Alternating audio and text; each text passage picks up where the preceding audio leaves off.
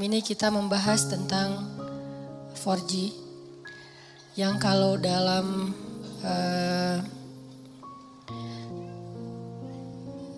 handphone kita atau smartphone kita itu salah satu akses agar kita lebih cepat dalam mendownload atau dalam menjalankan aplikasi di handphone kita. Apalagi kita yang sering buka YouTube atau punya beberapa aplikasi-aplikasi yang memang butuh daya akses internet yang tinggi, itu dijadikan sebagai analogi tentang gimana cara kita membangun hubungan dengan Allah Subhanahu wa taala supaya ketika kita berdoa itu cepat diijabah oleh Allah. Supaya ketika kita ada masalah cepat dapat pertolongan dari Allah. Supaya ketika kita dalam kesulitan Allah segera menurunkan keajaiban dan jalan keluar. Dianalogikan dengan 4G. Dalam bahasa lain tuh bisa dibilang ini adalah wasilah. Gimana cara membangun wasilah antara kita kepada Allah Subhanahu wa taala sehingga aksesnya cepat. Sehingga loadingnya cepat. Makin berat masalah kita bukan semakin lambat loadingnya, harusnya semakin cepat. Karena ketika masalah kita berat kan kita butuh pertolongan lebih segera ya. Gak bisa ditunda. Nah gimana cara membangun wasilah atau akses itu kepada Allah Subhanahu wa taala bahkan lebih daripada 4G. Sebelum itu saya pengen nyampein beberapa contoh kisah orang yang punya 4G ke Allah, yang punya wasilah yang bagus kepada Allah Subhanahu wa taala sehingga ketika mereka butuh Allah, Allah segera menurunkan pertolongan dan keajaiban dalam hidup mereka. Salah satunya adalah cerita Ibrahim bin Adham. Kita tahu Ibrahim bin Adham ini salah satu tokoh tasawuf yang dikenal di antara para ulama bukan dengan keilmuannya, bukan dengan hafalan hadis-hadisnya, bukan dengan fikihnya, tapi dengan kedekatannya kepada Allah dan diijabahnya doa dia. Ini Ibrahim bin Adham. Secara status Ibrahim bin Adham ini emang orang miskin, bahkan bisa dibilang fakir. Tapi secara realitas kalau kita baca kisah beliau gak pernah kekurangan. Beliau gak pernah kesulitan. Miskin hartanya, hampir dibilang gak punya aset, gak punya tabungan. Tapi pengen apa aja Allah kabulkan. Mirip dengan Uwais Al-Qarani di zaman tabi'in. Emang orang miskin dari desa Qaran Yaman. Tapi Uwais Al-Qarani ini selalu dimudahin sama Allah dalam setiap urusannya. Jadi kesimpulannya dari sini kita jadi tahu yang paling kita butuhin dalam hidup itu bukan berlimpah harta. Yang paling kita butuhin dalam hidup itu bukan banyaknya aset. Walaupun itu baik dan itu sesuatu yang perlu disyukuri, bukan dihindari. Dan kalau perlu kita perjuangkan. Tapi itu bukan yang paling kita butuhin dalam hidup. Bukan banyak teman, walaupun banyak teman itu justru kebaikan. Dan seorang muslim itu emang harus bermuamalah, harus terbuka, harus banyak teman, banyak sahabat, banyak pengikut kalau perlu. Tapi bukan itu nomor satunya. Karena kalau kita punya banyak harta, tapi Allah Subhanahu wa taala tidak memberikan kita kebaikan di dalamnya, maka harta itu tidak memberi manfaat apa-apa buat kita. Malah banyak banget orang yang dengan harta yang bertambah juga masalahnya. Bertambah harta, bertambah konflik keluarga. Bertambah harta, bertambah banyak musuhnya. Bertambah harta, bertambah banyak yang ilfil sama dia. Yang lebih parah lagi bertambah harta, bertambah jauh dia dari Allah Subhanahu wa taala. Jadi ada dua kondisi nih. Ada orang yang minta harta karena dia salah paham, dia pikir kalau banyak harta itu hidupnya jadi mudah. Tapi biasanya kalau dia nggak hati-hati dengan bertambah harta, dia bertambah jauh dari Allah karena mulai lalai. Kalau tadi ketika hartanya sedikit, dia nggak bisa lalai. Kenapa? Nggak ada fasilitas. Nggak ada modal, mau lalai gimana? Mau jalan nggak punya modal, akhirnya di rumah aja. Mau entertain diri nggak punya modal, akhirnya entertain biasa-biasa aja di rumah. Paling minum teh di belakang sambil ngelihat anak-anak main, itu entertain dia karena nggak cukup modal. Tapi buat yang udah modalnya lebih kan nggak cukup entertainnya cuma minum teh kan. Buat orang yang punya harta lebih, masa kita malam mingguan cuma minum teh? Masa kita lagi liburan cuman di dalam kota aja gak kemana-mana. Kenapa? Karena dia ngerasa bisa ngelakuin yang lebih dari itu. Sehingga dengan tambah harta, kalau gak hati-hati malah tambah jauh dari Allah. Dia mengentertain dirinya, dia mulai melakukan hal-hal yang sia-sia. Dia mulai mengeluarkan hartanya di jalan-jalan yang bukan Allah ridhoi, sampai mulai judi segala macam kan. Karena ngerasa dia punya uang dan tidak masalah kalau rugi-rugi dikit lah, orang tabungan saya masih banyak. Mulailah dia ke Singapura, ke Hong Kong, ke tempat-tempat yang walaupun bukan ke kotanya yang kita permasalahin, ke beberapa spot atau tempatnya. Ini dia minta harta banyak nih. Ternyata harta itu tidak ngasih dia kenyamanan hidup. Belum lagi nanti dengan kehidupan lifestyle-nya yang udah berubah, rumah tangganya udah gak nyaman. Saya punya teman yang pernah ngerasain yang kayak gitu beberapa orang. Dan curhat. Alhamdulillahnya udah hijrah sekarang. Dia ngerasa, kenapa ya uang saya banyak, berlimpah, bisnis saya lancar, kok saya kayak jauh gitu dari anak. Hampir saya gak pernah duduk bareng dengan anak, gak pernah dengerin mereka curhat, gak pernah nemenin anak saya main. Bahkan nganterin sekolah atau jemput sekolah aja jarang. Saya pikir dengan memfasilitasi kebutuhan anak saya berarti saya udah sayang sama dia. Udah ada mobil pribadi khusus buat istri, buat anak, ada 3 anak masing-masing 1 mobil. Dengan alasan yang masih logis. Kalau 1 mobil bertiga nggak efektif karena sekolahnya jauh-jauh takut telat.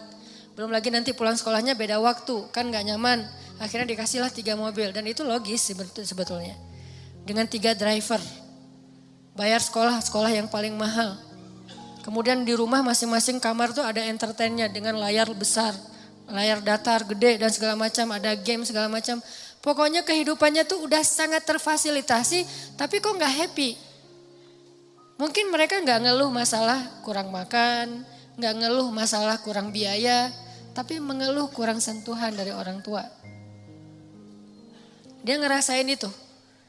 Karena semakin dia sukses, jaringan dia semakin luas, terus kerjaan dia semakin banyak, deadline-nya makin banyak yang mengepres dia, bikin dia benar-benar dalam keadaan stres tinggi. Belum lagi nanti tuntutan entertainnya lebih besar karena teman-temannya berharap ke dia. Kayak misalnya kita ada duit, pasti teman kita pengen ditraktirin.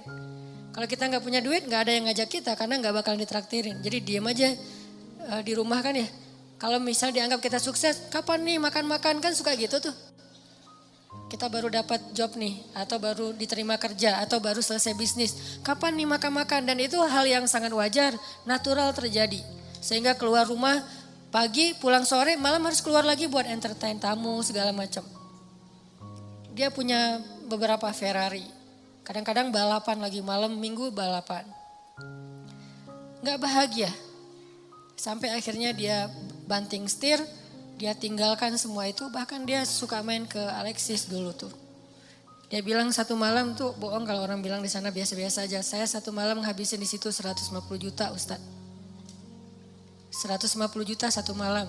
Ini kata dia ya, bukan kata saya. Dan saya mah pengen pengen berdakwah, ya, curiga aja. Enggak lah. Niatnya berdakwah, pulang nauzubillah gitu. Dia 150 juta semalam menghabiskan di sana. Dan dia tahu beberapa orang tamu-tamunya yang dibawa ke sana tuh. Jadi wajar kalau uang ratusan juta juga gak cukup, buat entertain aja udah sekian. Belum lagi yang istrinya, yang tas Hermès-nya berapa sekali beli, sekali belanja. Belum lagi nanti biasanya kebutuhan mereka kan bertambah sesuai dengan kemampuan ya. Kayak misalnya tadinya kalau masih kemampuannya terbatas, naiknya motor bebek yang ngisi bensinnya paling Pertalite. Dan itu juga berapa sih sebulan gitu kan. Kalau udah yang cc-nya 4.000 mobil, belum lagi motornya, dari pajaknya aja udah beda. Dari servisnya aja udah beda.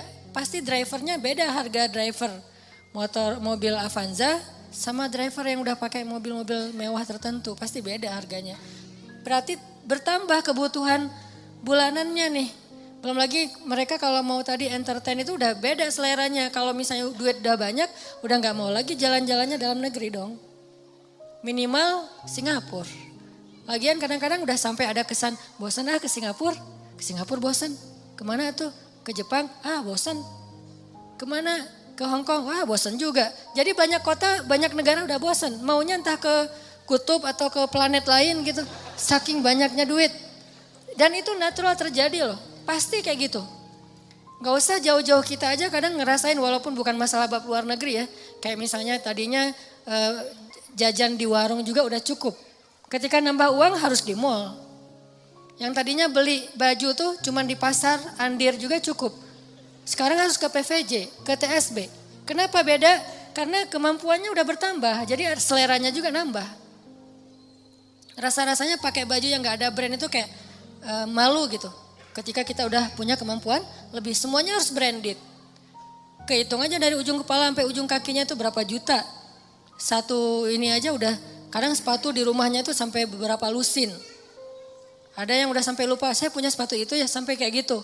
Artinya ini kalau Allah kasih harta doang, bukan harta doang ya. Karena kalau harta masih ada kalimat berkah, baik. Jadi jangan menjudge orang kaya, bukan. Kalau cuman harta doang, ini kondisinya kayak gitu. Satu lagi kondisinya gak dikasih harta.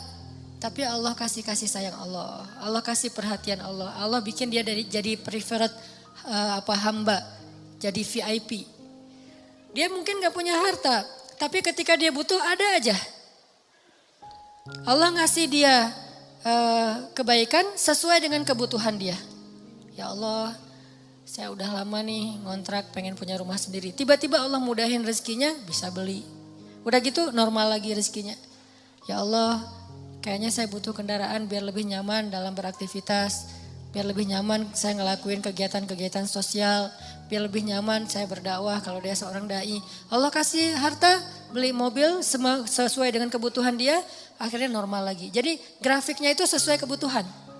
Bukan naik, dia nggak butuh dan itu bahaya. Dia grafik rezekinya naik, sementara nggak berbanding lurus dengan kebutuhan itu malah jadi bahaya. Akhirnya larinya kemana? Ke entertain. Kalau grafik rezekinya naik sesuai kebutuhan, itu akan istilahnya berkah, bermanfaat banget. Kayak misalnya tiba-tiba dia dikasih rezeki karena emang bentar lagi anaknya mau sakit. Sebelumnya Allah udah siapin. Tiba-tiba dapat beberapa usaha, proyek dan segala macam. Dapat untung anaknya sakit. Jangan langsung suudzon sama Allah. Kayaknya nggak bisa nih saya dapat uang sedikit langsung dikasih ujian. Bukan. Allah kasih rezeki itu karena Allah udah tahu anak kita mau sakit. Disiapin dulu. Jangan dibalik. Giliran saya ada rezeki sakit, inilah itulah segala macam. Kayak gak bisa aja saya pegang duit. Bukan, kebalik. Kalau Allah gak takdirkan anaknya sakit, mungkin gak ada rezeki sebelumnya. Jadi Allah siapin dia, biar dia gak panik. Karena Allah tahu batas kuota iman dia tuh Allah tahu. Ada orang yang imannya dikasih ujian dulu, baru dikasih pertolongan. Ada yang Allah imannya dikasih pertolongan dulu, baru dikasih ujian. Kan beda-beda nih. Nah kita gak tahu, kadang kita ngerasain disiapin dulu sama Allah, baru dikasih ujian.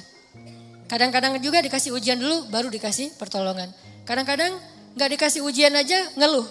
Nah ini lebih parah lagi nih. Nah kadang kondisinya kayak tadi. Kita disiapin dulu sama Allah. Dimudahin dulu urusan-urusan kita. Dilancarkan dulu rezeki kita. Baru dikasih ujian. Kenapa kok tetap dikasih ujian? Karena Allah pengen ngelihat kita masih believe gak sama Allah. Masih keep the faith gak? Masih berdoa gak kepada Allah. Walaupun rezeki kita udah cukup nih untuk ngatasin masalah kita. Akhirnya kita pakai rezeki itu. Dan Allah pengen nguji juga. Kira-kira kita berat gak nih dengan ujian itu ketika Allah sudah memberi kita rezeki. Dapat uang misalnya baru kemarin ada project gitu dapat 100 juta. Udah gitu terjadi musibah, anak sakit, habis setengahnya 50 juta. Kita ngeluh. Duh, kalau saya gak ada masalah pasti saya masih utuh nih 100 juta. Enggak, justru Allah Subhanahu Wa Taala ngasih kita bonus 50 juta. Gara-gara Allah pengen ngasih kita ujian. Kalau nggak ada ujian mungkin 50 juta, 100 juta sama sekali nggak ada, nol. Hanya kebutuhan harian kita doang. Kenapa nggak berbaik sangka kayak gitu kepada Allah? Sama kayak tadi, misalnya saya pernah mobil saya keserempet. orangnya zalim, marah duluan, dia curi start. Sebelum saya marah, dia marah dulu. Kebiasaan. Kalau kita kan sebelum orang marah kita minta maaf duluan ya. Kita baik-baikan duluan, kita ketawa duluan biar nyaman nih ngomong komunikasinya. Dia enggak, dia marah duluan. Akhirnya karena dia marah duluan, dia kayak punya bergaining gitu. Akhirnya saya terpaksa bayar 1,5 juta. Gak lama, seminggu kemudian saya dapat 15 juta dari sebuah usaha. Waktu itu saya masih punya beberapa usaha. 15 juta. Kadang you was wish, datang setan ngebisikin, kalau kemarin gak ada masalah udah utuh nih 16 juta setengah kan. Ini gara-gara kemarin ada masalah jadi pas 15 juta gak ada tambahan. Enggak, kalau kemarin saya gak keluarin duit 1,5 juta, maka gak ada 15 juta. 15 juta itu reward Allah buat keikhlasan, kesabaran saya. Bukankah Allah mengganti kerugian hambanya dengan yang lebih baik? Jadi logika ke Allahnya kayak gitu. Sehingga ada hamba yang kalau kita lihat dia nggak punya aset yang berlebih. Ada sih cuman nggak banyak-banyak amat. Nggak punya tabungan yang kayak gimana gitu, biasa aja tabungannya. Masih normal banget, bahkan sedikit riskan. Ini gimana kalau anaknya sakit nggak ada duit? Kan ada Allah. Ini bukan kata-kata pasrah ya, ini kata-kata tawakal. Beda pasrah sama tawakal. Pasrah nggak berikhtiar. Tawakal tetap ikhtiar, tapi ikhtiar itu tangan, hatinya bergantung kepada Allah. Jangan sampai hati bergantung ke tangan. Jadi kalau tangan gak megang duit, hati resah. Harusnya tangan mah megang duit, megang emas, megang perak, megang apa aja. Itu gak ngaruh ke hati orang, hatinya gantungnya ke Allah. Bukankah di antara arti ikhlas itu adalah tidak ada bedanya antara emas dengan batu? Di mata orang yang beriman tidak ada bedanya emas dengan batu. Sama di mata dia. Gak membuat dia lebih bahagia gara-gara dia pegang emas. Gak membuat dia berkeluh kesah gara-gara dia megang batu. Biasa aja. Dia manfaatkan emas, dia syukuri, dia sedekah, dia pakai untuk fasilitas dirinya. Dia berikan hak-hak orang yang ada di dalamnya. Kalau dia megang batu, ya sudah dia bersabar. Jadi gak ngaruh buat dia. Karena hatinya di langit bukan di bumi. Cuman tubuhnya yang di bumi. Karena kita kan terdiri dari 2 elemen ya. Ada roh, ada jasad. Roh kita berasal dari langit. Jasad kita berasal dari bumi, diciptakan dari tanah, itu jasad. Tapi roh itu tiupan Allah. Sehingga harus kembali kepada fitrah masing-masing. Roh itu adanya hati, maka hati kita harus selalu terikat dengan langit. Walaupun realitasnya tubuh kita tetap berada dan berpijak di bumi. Jangan sampai hati ikut-ikutan berpijak di bumi. Inilah yang jadi bahaya. Ketika hati kita udah berpijak di bumi, saat itu kita keluh kesah, saat itu kita kurang bersyukur, saat itu kita jadi banyak masalah. Jadi ada kayak keresahan gitu, dia asetnya pas-pasan, tabungannya sedikit. Kalau anaknya sakit gimana? Kalau dia ada masalah nanti gimana? Dia pakai apa? Dia asuransi nggak ikut segala macam. Ini kalimat-kalimat orang yang mungkin masih lebih percaya kepada fasilitas harta daripada hubungan dengan Allah. Ini saya lagi ngomongin hati ya, tidak ngomongin bab ikhtiar. Kalau bab ikhtiar seolah-olah kita hidup selama-lamanya. Jadi terus mencari dunia. Dengan tangan, dengan kaki, dengan tenaga, dengan pikiran. Tapi hati kita yakin semua itu ada di dalam genggaman Allah. Kalau bisa benar-benar sesuai fitrah ini, hidup kita bakalan nyaman. Mau kaya, mau biasa, mau kurang, mau cukup, mau kayak gimana aja. Benar-benar seperti kata Nabi, ajaban li amril mu'min, betapa menakjubkan orang yang beriman. In asabathu sarra syakara fakana khairallah, wa in asabathu darra sabara fakana khairallah, wa laisa dzalika illa lil mu'min. Jadi kalau dia dikasih nikmat, dia bersyukur, itu baik. Dikasih ujian, dia bersabar, itu baik. Wa laisa dzalika li ahadin illa lil mu'min. Enggak ada yang bisa ngerasain itu kalau enggak karena dia beriman kepada Allah SWT.